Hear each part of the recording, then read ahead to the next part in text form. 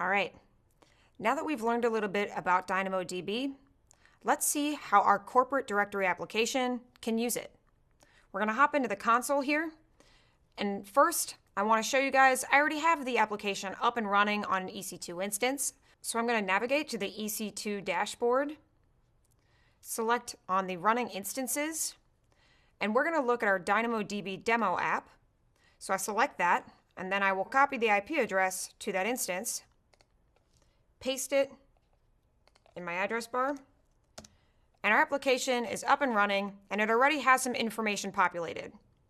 This information is being served from DynamoDB.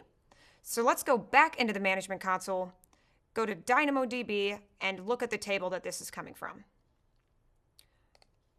We'll click Services. We're going to go to DynamoDB, and then we will select Tables. From here, you can see we have an Employees table. This is where our data is coming from. If I select this, and then I select Items, you can see here, this is the information that is already stored in the database. So Morgan Willis, Senior Technical Trainer, located in the US. And then we have an object key for our image, which is being stored in S3.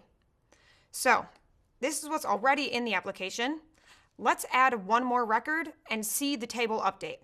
So I'm going to hop back to our corporate directory application and select Add. From here, let's go ahead and add our lizard friend. Location, USA, job title, reptile. Our lizard friend is a Mac user, a frequent flyer, and a coffee snob. I'm now going to upload a photo, lizard friend, and save. So now we can see a second record has been added to our application. So if we go back to Dynamo and then we refresh on the items, we can now see we have our lizard friend added into the table. So to show exactly how easy it is to create a DynamoDB table, let's go ahead and create a brand new one. So if we bring this over, let's create a new table. I'm going to click the Create Table button here. So now we need to give our new DynamoDB table a name. Let's make this a students table. So we're going to add a primary key, and the primary key for this table is going to be name.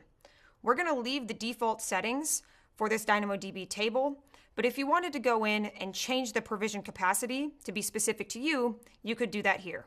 We're going to leave the settings as default and click Create. All right, our table is now being created. It is really that simple to get started with DynamoDB. Once our table is created, we can then start populating it with our data. And we're done. The table has now been created. Your applications can point to this table and populate it with data. DynamoDB is fast, simple, and easy to use. For more information on DynamoDB, go to aws.amazon.com/DynamoDB.